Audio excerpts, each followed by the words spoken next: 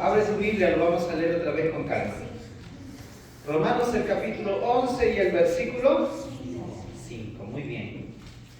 Abre tu Biblia porque vamos a leer este pasaje una vez más. Capítulo 11 y el versículo 5 dice así. Pero todos lo tienen, ¿verdad? Amén. Versículo 5 dice: así también, aún en este tiempo, ha quedado un remanente escogido por gracia.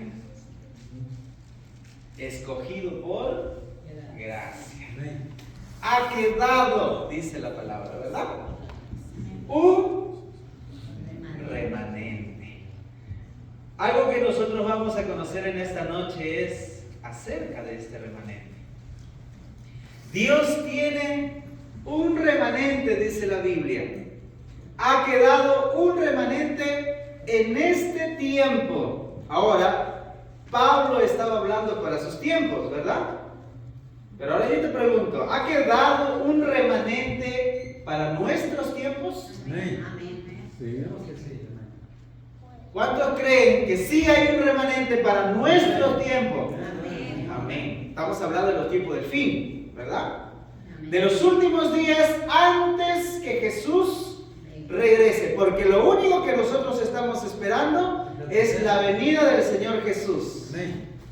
Entonces, ese remanente está esperando la venida del Señor Jesús. La pregunta es ahora, ¿quién es ese remanente? De nuestros tiempos. Estamos hablando 2024, casi digo 2023. 2024. ¿Cuál es el remanente de nuestros tiempos? Nosotros somos remanentes. Amén. Ahora, los que no están seguros, al final van a estar seguros, ¿no? Se supone que después de este tema van a decir todos, no van a decir algunos nada más, ¿no? ¿Quién es el remanente? Nosotros. ¿Ya? Vamos a estudiarlo un poquito entonces, porque a veces siempre tenemos el temor de decir nosotros, ¿no? No decimos nosotros, ¿no? Sino que decimos nosotros.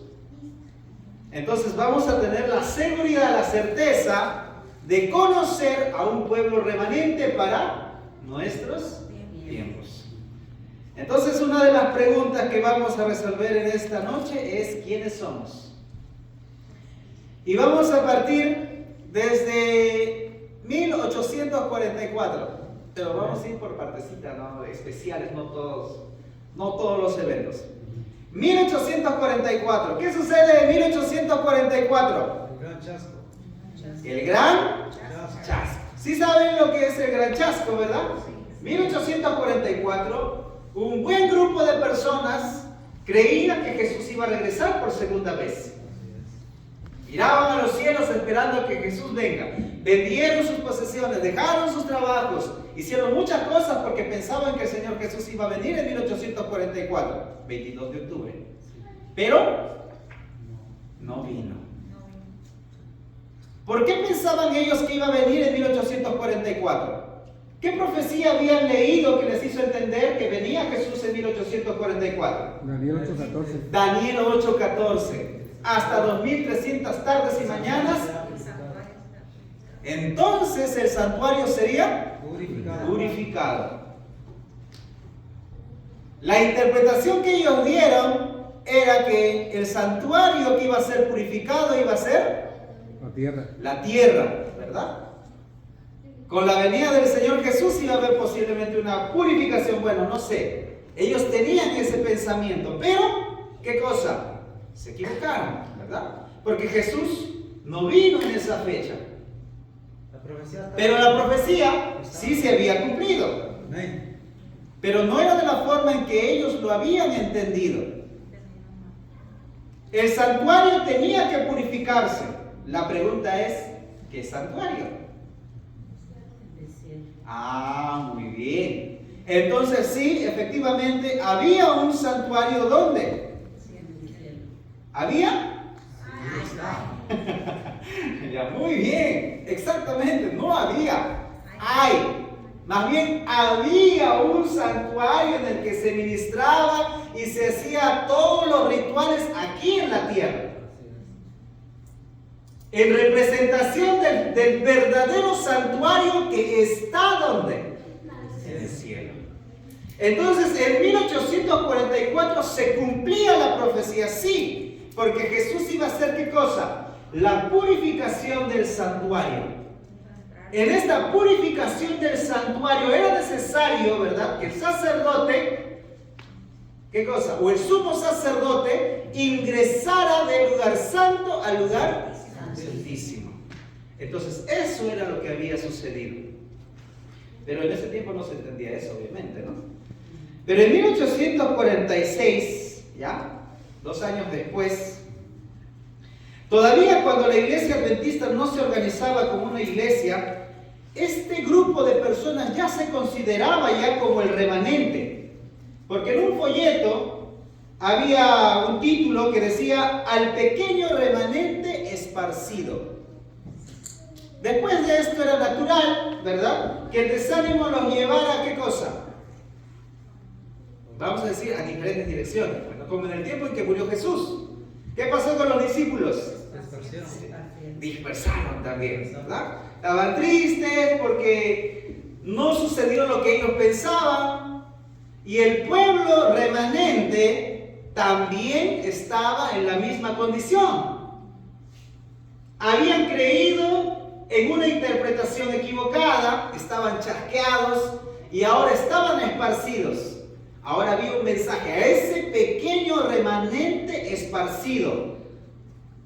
Aquellos que creen todavía que Jesús va a venir, porque Jesús va a venir, es un evento que sí o sí va a pasar.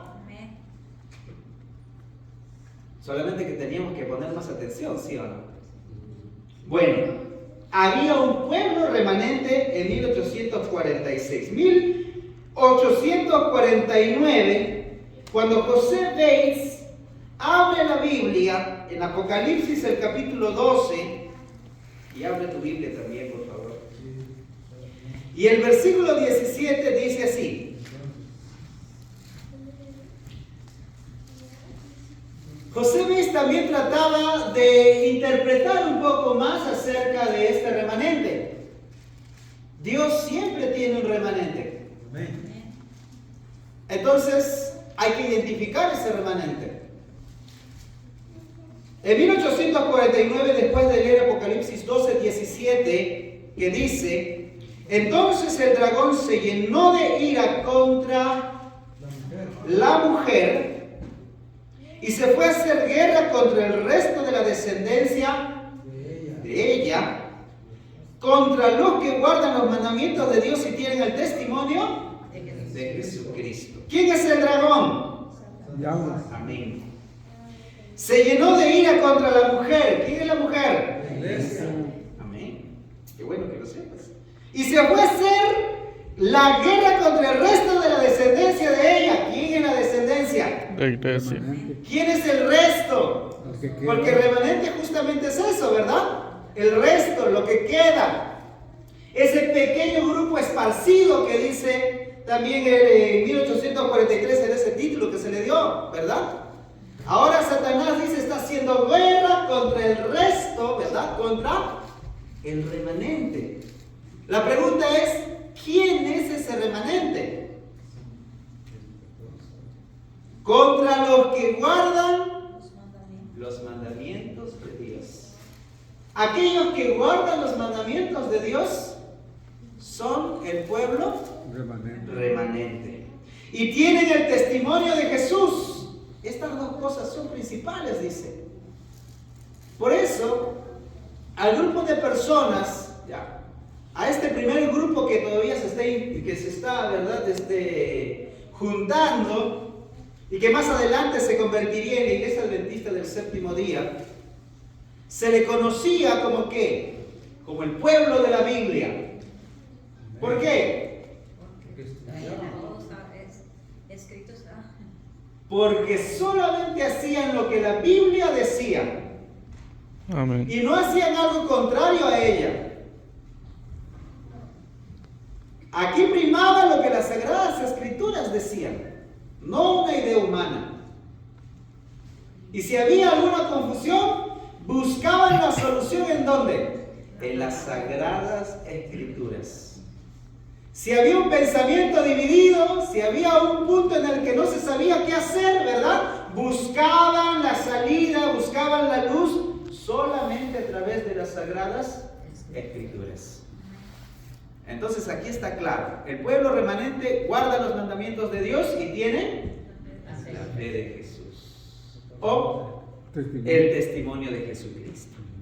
La pregunta es, ¿tú guardas los mandamientos de Dios? Claro que sí. Amén. Amén. ¿Tienes el testimonio de Jesucristo? Sí. Aquí está, ¿no? Ahora, vamos a ir un poquito más. En 1853, Elena de White dice, se refirió a los adventistas que guardan el sábado como el pueblo remanente de Dios. Una característica principal, dice, o muy importante, resaltante, dice, era que guardan, ¿qué cosa? El día sábado. Recuerden, ¿verdad? Satanás, ¿qué vino a hacer? Dice, guerra contra el resto de la descendencia, dice, ¿verdad? En Daniel menciona un texto que un cuerno pequeño salía ¿para qué? Para cambiar los tiempos y ¿qué más? Y la ley. Y la ley, dice, ¿verdad?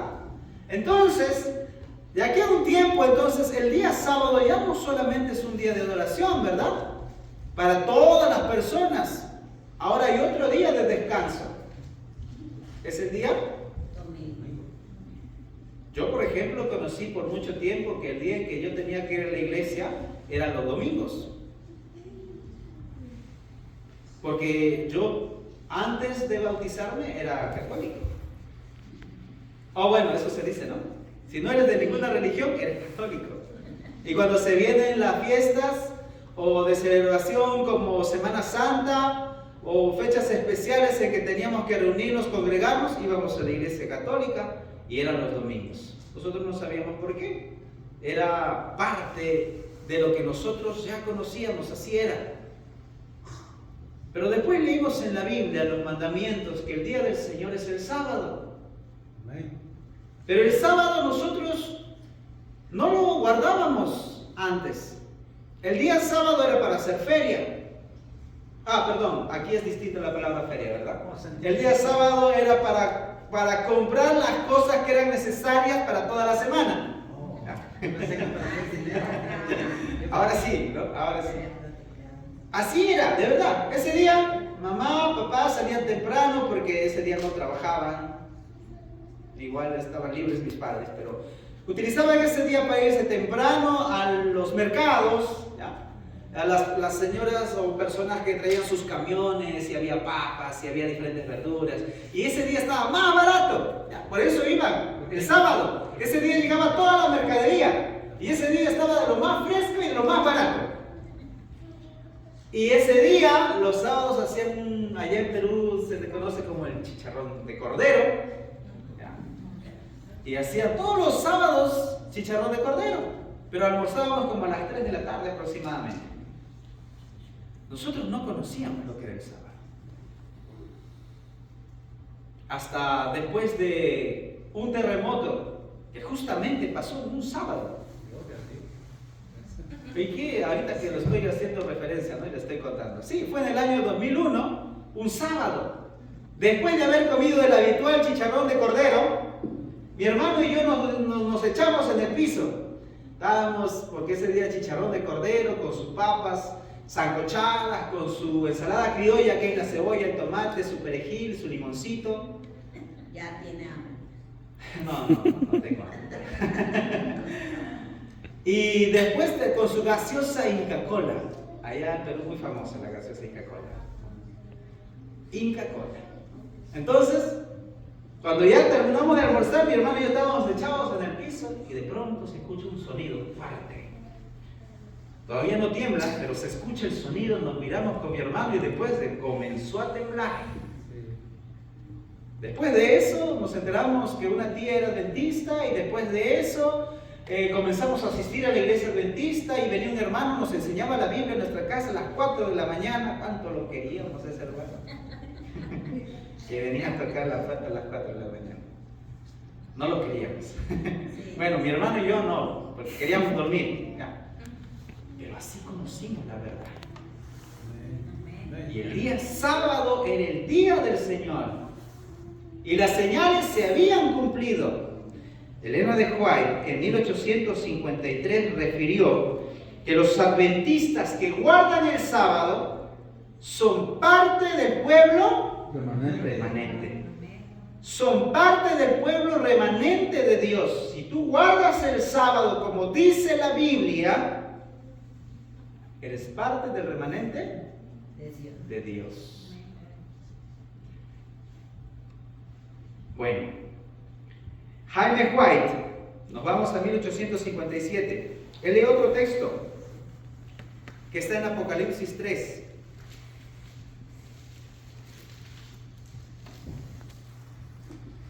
Apocalipsis 3 y el versículo 14.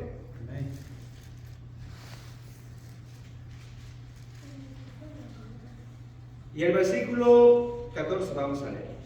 Escribe al ángel de la iglesia la Odisea. El amén y el testigo fiel y verdadero, el principio de la creación, dice esto: yo conozco tus obras, que ni eres frío ni caliente. Ojalá fueras frío o caliente. Pero por cuanto eres tibio y no frío ni caliente, te vomitaré de mi boca. Tú dices: yo soy rico, me he enriquecido y de nada tengo necesidad. Pero no sabes que eres desventurado, miserable, pobre, ciego y estás desnudo. ¿Cómo es eso? Por tanto, yo te aconsejo que compres de mí oro refinado en el fuego para que seas rico, y vestiduras blancas para vestirte, para que no se descubra la vergüenza de tu desnudez, y unge tus ojos con colirio para que veas. Yo reprendo y castigo a todos los que amo. Sé pues celoso y arrepiéntete. Estoy a la puerta y llamo. Si alguno oye mi voz y abre la puerta, entraré a él y cenaré con él y él conmigo.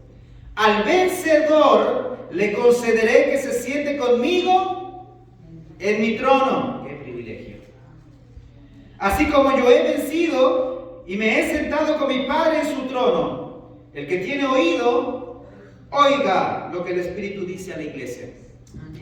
Aquí se menciona ahora a la iglesia, ¿cómo se llama? La Odisea. Tiene una característica especial, ¿verdad? ¿Cuál es la característica principal de esta iglesia? La tibieza. Se caracteriza ¿por qué? Por la tibieza, dice. No eres frío, pero tampoco eres caliente. Te vomitaré de mi boca, dice el Señor. Por eso te aconsejo, dice, que tomes de mí oro refinado, dice. ¿O no? Sí. Hay que acercarnos al Señor. Y dice al final, al que venciere, ¿verdad? Tendrá un privilegio. ¿Qué cosa? Estar ante la presencia de Dios. Amén. Este pueblo remanente tiene esa característica, dice.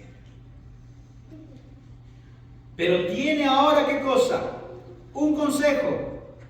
Un consejo al que tiene que obedecer. Bueno, eso estaba viendo ¿quién? Jaime White en 1857. ¿O no? Claro que sí. La iglesia en la actualidad sigue recibiendo el mismo llamado para no vivir en la tibieza. Como dicen algunos, no estar un pie adentro y otro afuera, ¿verdad? Como estar entre la vida y la muerte. No. Prefiero el Señor, dice, que tú seas frío o que seas caliente, pero no te mantengas tibio, porque eso no es bueno para ti. El remanente tiene que salir, dice, de esa condición. El remanente siempre oye la voz ¿de quién? Del Señor. Y para terminar, vamos a ver solamente el ejemplo de Génesis. Ya. En Génesis nosotros vamos a ver un remanente. Es el primer remanente, por cierto. ¿De quién estoy hablando?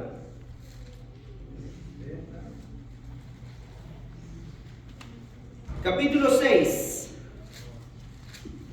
versículo 5 dice así: vio Jehová que la maldad de los hombres era mucho en la tierra, y que todo designio de los pensamientos de su corazón solamente eran continuo al mal. Y se arrepintió Jehová de haber hecho al hombre en la tierra y le dolió en su corazón. Por eso dijo Jehová: borraré de la faz de la tierra los hombres que he creado, desde el hombre hasta la bestia, hasta el reptil y las aves del cielo, pues me arrepiento de haberlos hecho. Pero Noé halló, ¿qué dice aquí? Gracia ante los ojos de Jehová. Romanos capítulo 11:5, ¿qué decía? Hay un remanente en nuestros tiempos, ¿por qué? Por gracia. Por gracia. Porque Dios es bueno. Porque Dios no quiere la destrucción. ¿Dios qué quiere? La salvación. Y ante los ojos de Jehová, dice, Noé era perfecto. Era justo. Entonces son los descendientes de Noé. Noé, hombre justo, era perfecto entre los hombres de su tiempo.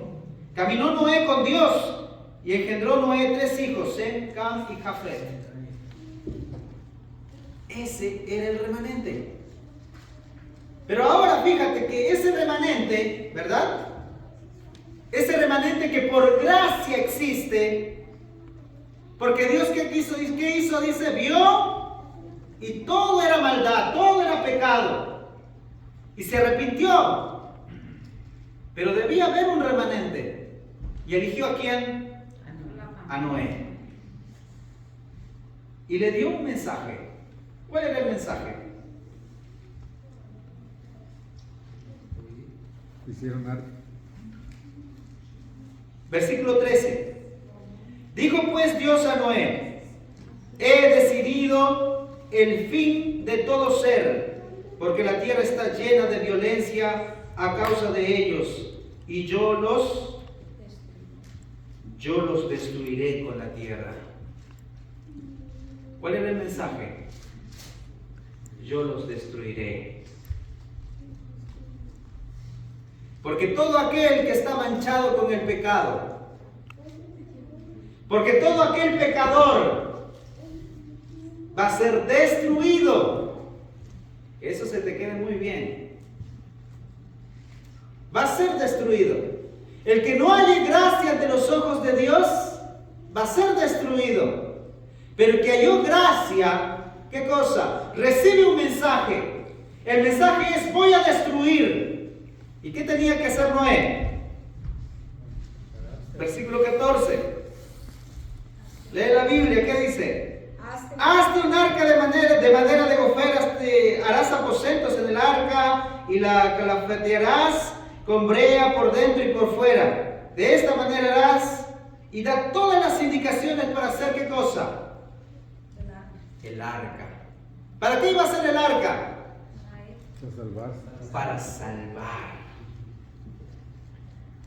Dios iba a salvar ¿a quién?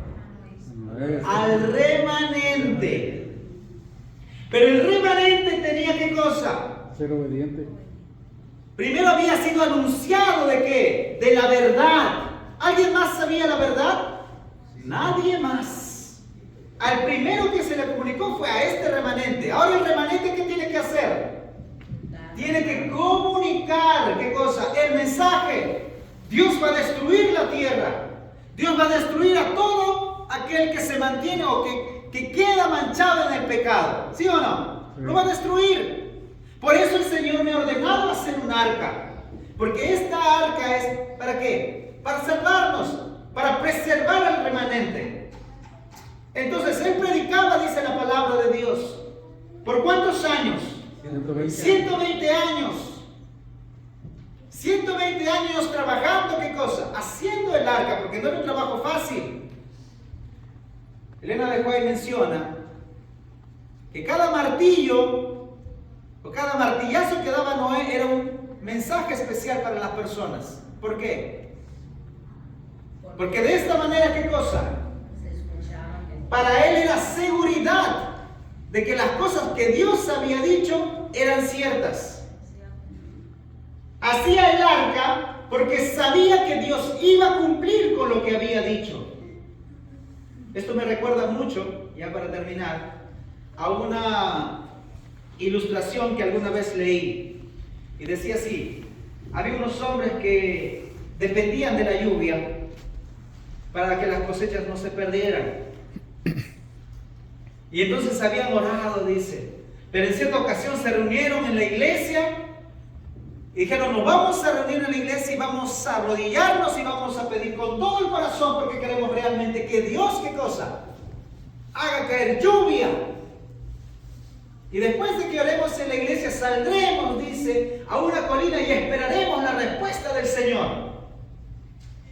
Y entonces, después de que ellos oraron de rodillas, imploraron en la iglesia, salieron a la colina y solamente un hombre tenía su paraguas.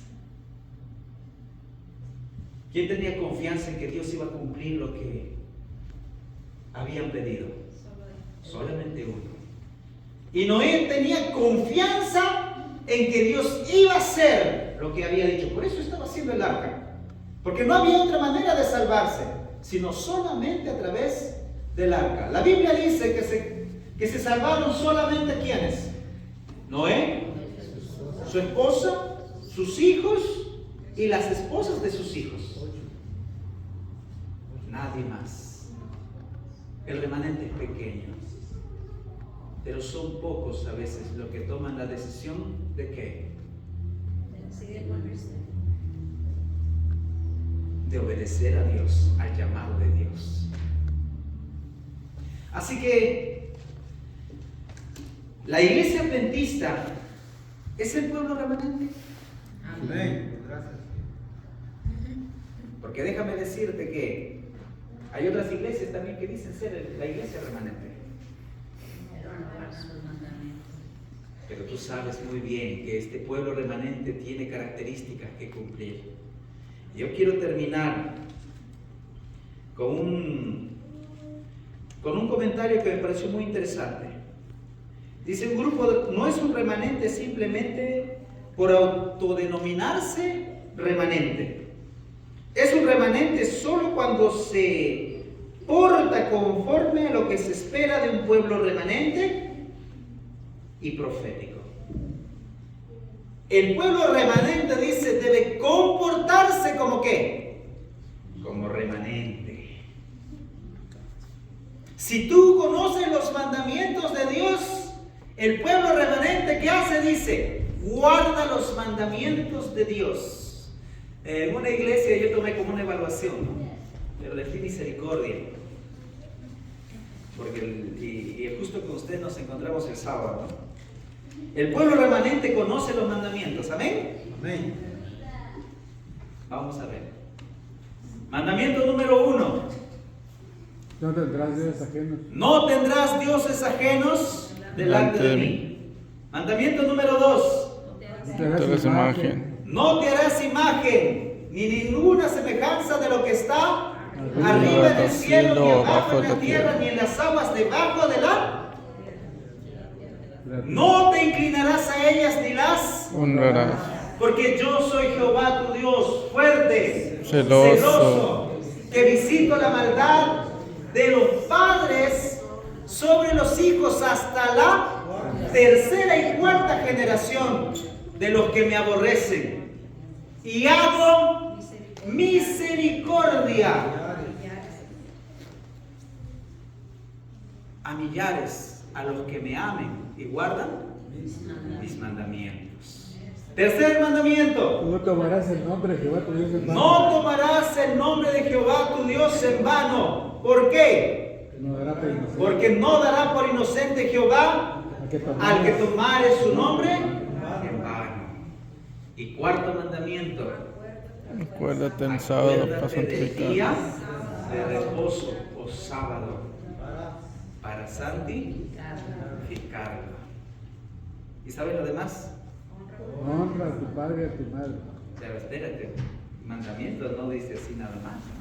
El día sábado vamos a repetir todos los mandamientos, ¿les parece? De memoria. Porque el pueblo remanente conoce los mandamientos y los guarda. No solamente porque yo puedo conocerlos, ¿verdad? Y no guardarlos. O tal vez no los conozco, solamente me sé lo necesario nada más. Y no me sé el versículo 9, por ejemplo, porque el que siempre memorizamos es el 8, ¿no? Acuérdate del día de reposo para santificarlo. ¿Y el 9? Porque en 6 días hizo Jehová los cielos y la tierra. Y así va a continuar. El mar y todas las cosas que en ellos hay. El día sábado vamos a repetir todos los mandamientos de memoria. Amén. Amén. Vamos a orar. Vamos a orar para que nosotros podamos estar atentos a responder a este llamado. Yo te pregunto, cuando tú has sido bautizado, y recientemente estamos felices porque nuestro amigo Ediberto, ¿verdad? Ha tomado el bautismo. Y cuando él ha hecho su voto bautismal, le han preguntado, ¿hay alguno que aquí no se ha bautizado, por cierto? Porque la vez pasada hice la pregunta y mi hermano no estaba bautizado, pero ahora ya está bautizado. Amén. ¿Hay alguno que no está bautizado todavía? Porque solamente él va a decir, bueno, yo no conozco esto porque todavía no me bauticé. Pero todo aquel que decidió bautizarse se le preguntó, ¿cree usted que la iglesia adventista del séptimo día constituye la iglesia remanente? ¿Y desea usted ser aceptado en su feligresía? ¿Y qué has hecho tú? Así que cada vez que te pregunten si existe un remanente, vas a decir que sí. ¿Y quién es el remanente? La iglesia adventista del séptimo día es el pueblo remanente. Tiene el privilegio de conservar la verdad. Y no dudes de eso. Más adelante vamos a estudiar más todavía porque esto solamente es forma general nada más. Así que vamos a orar para que este pueblo remanente pida oro refinado que solamente viene de Jehová. Amén. El testimonio de Jesucristo que está aquí. Esta sagrada Biblia que tú debes leer todos los días. Todos los días. Aquí está el oro. Aquí está el tesoro. Este pueblo remanente se mantiene de pie porque lee las sagradas escrituras. Vamos a orar. Amado Dios, quiero pedirte por favor que nos acompañes. Tú has preservado un remanente por gracia, Señor, en este tiempo. Y Padre Santo, no solamente queremos decir que somos el pueblo remanente, sino que queremos comportarnos como el pueblo remanente. Queremos estar a la altura, Señor, de lo que está escrito, guardar los mandamientos y tener el testimonio de Jesús. Pero esto no lo podemos hacer solos, Señor. No solamente depende de una intención que haya en nuestro corazón, sino que nos entregamos, Señor, a ti. Y pedimos por favor que tu Santo Espíritu pueda estar con cada uno de nosotros para guardar lo que está escrito en este libro maravilloso. Para entender cada cosa que está escrito en este libro de amor, Señor, que tú nos has dejado. Queremos, Señor, la guía de tu Santo Espíritu. El pueblo remanente se mantiene en oración y pedimos, Padre Santo, por favor, acompáñanos, porque es la única manera de vencer, pidiendo tu apoyo, Señor, a ti. Que tú, Señor, vistas, nos des las vestiduras blancas, Señor, para cubrir nuestra desnudez. Hemos pensado que teníamos lo que era necesario, Señor, alguna vez. Perdónanos, porque solamente te necesitamos a ti para alcanzar la salvación. En el nombre de Jesús, Señor, pido estas cosas. Amén.